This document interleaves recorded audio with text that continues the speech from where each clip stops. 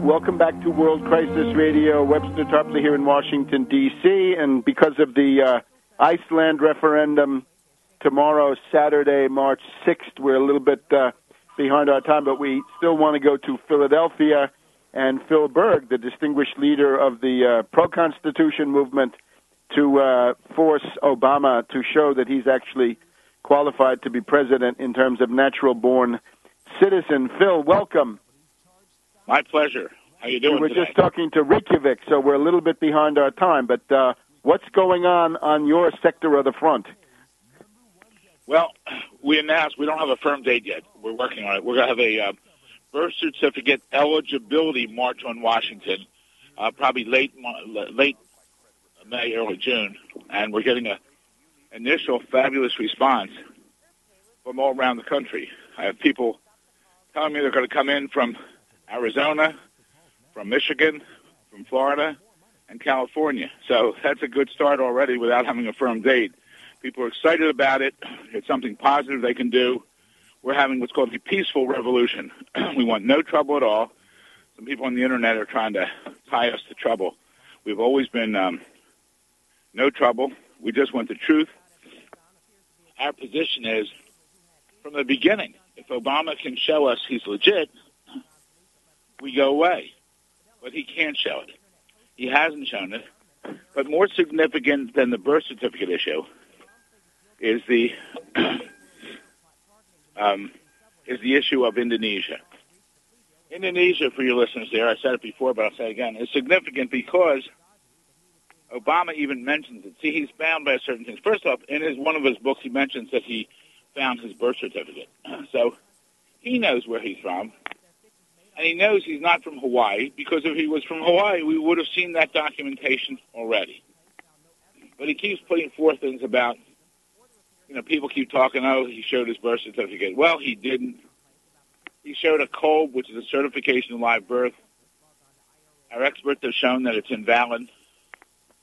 And what's not on a birth certificate, what's on a birth certificate that's not on a COLB, which makes it real significant, is the fact the baby's length, the baby's weight, the hospital name, the doctor's name, and the doctor's signature.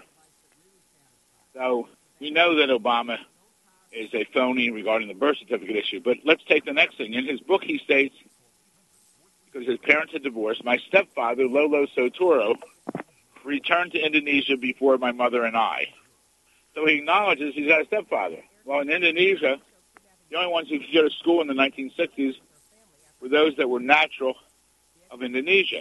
Now, we know he wasn't born there, but you also became natural if you were adopted or acknowledged by your stepfather. We have the school record, which indicates his name is Barry Sotoro. Nationality is Indonesia, and his religion is Islam. So that's out there. Actually, we were putting a half page out today, and it came out this past Monday in the Washington Times national issue, and we're getting a positive response. And there's no refuting that fact. The point is, if he hasn't legally changed his name, and remember, we've known nothing about Obama. If he hasn't legally changed his name is his adopted name of Barry Sotoro. So he committed fraud in each of the 50 states when he signed to run for office. He's committed fraud since then using the name Barack Obama. You can't use that. Also, if he had gone through immigration, he would only be naturalized, which would mean that he couldn't be president. So if he has those records, that's why he hasn't shown that.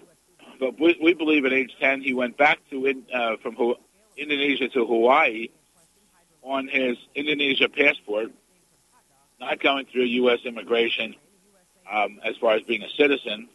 And therefore, he's an illegal alien, and that's one of the cases we have pending in the United States Court of Appeals for the District of Columbia Circuit.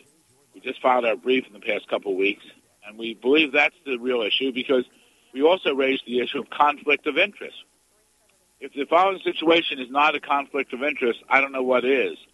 We allege that because the decision on a qui tam or false claim act case is made by the Attorney General's office and the Department of Justice, both of which comes under the Attorney General. Well, Eric Holder is the Attorney General. Eric Holder was on Obama's campaign staff, senior member of his campaign staff. He was one of 3 individuals selected by Obama to select the vice president, who ended up selecting Joe Biden. And number 3, he was nominated, appointed, and confirmed for Attorney General, which is the highest law enforcement officer in the country, who reports directly to the president, Therefore, if that's not a conflict of interest, we might as well take that word out of our dictionary. Right. We're hopeful that the Court of Appeals will do something. If not, we're ready to take that case to the Supreme Court, because the D.C. Circuit Court of Appeals says that the judges shall have no input on the case. And that's why after I made my presentation in court, the judge turned to the Department of Justice, turned to the Attorney General's office and said, what do you want to do? They said, we want to dismiss the case. That's different than the Ninth Circuit, which is in California, which says the judges shall have input. And I raised that question, but the judge didn't answer that one either. But why would a statute provide for a hearing before a federal judge without the judge have input? I mean, if not the judge, they should say a jury should have input, but here there's no input. It doesn't make any sense. But we're getting ready for the march. We're asking people, when they go to my website, which is obamacrimes.com, to fax us, email us, mail us a copy of their birth certificate. We're compiling them. We've got a great response so far.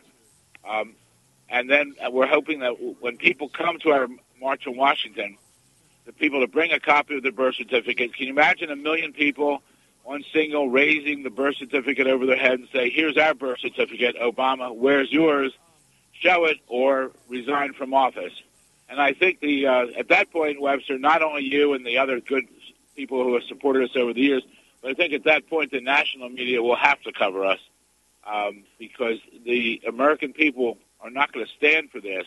And we see that now with what's going on with the Tea Parties, with this national health thing. Obama's trying to shove it down everyone's throat, and it doesn't look like he's going to make it, and I'm hopeful not. But our goal is not on the issues. Our goal is to show that he's a usurper, he's a phony from the beginning, he's a fraud. When I'm talking Obama's a phony, Obama's a fraud.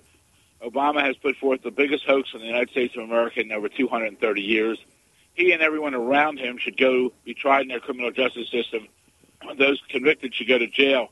And I think, Webster, that's where we're going to get a break. As the pressure gets heavier and heavier, and I believe it really is on Obama, somebody's going to sing. Someone around him is going to be the deep throat of Obama.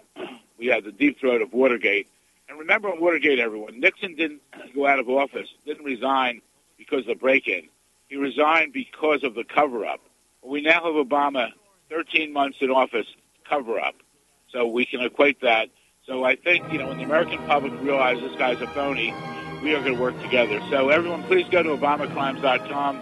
Send it to everyone in your address book. Ask them to get ready for our birth certificate eligibility march in Washington. And also, if you can, send us a contribution. Great, Phil. We'll see you next week.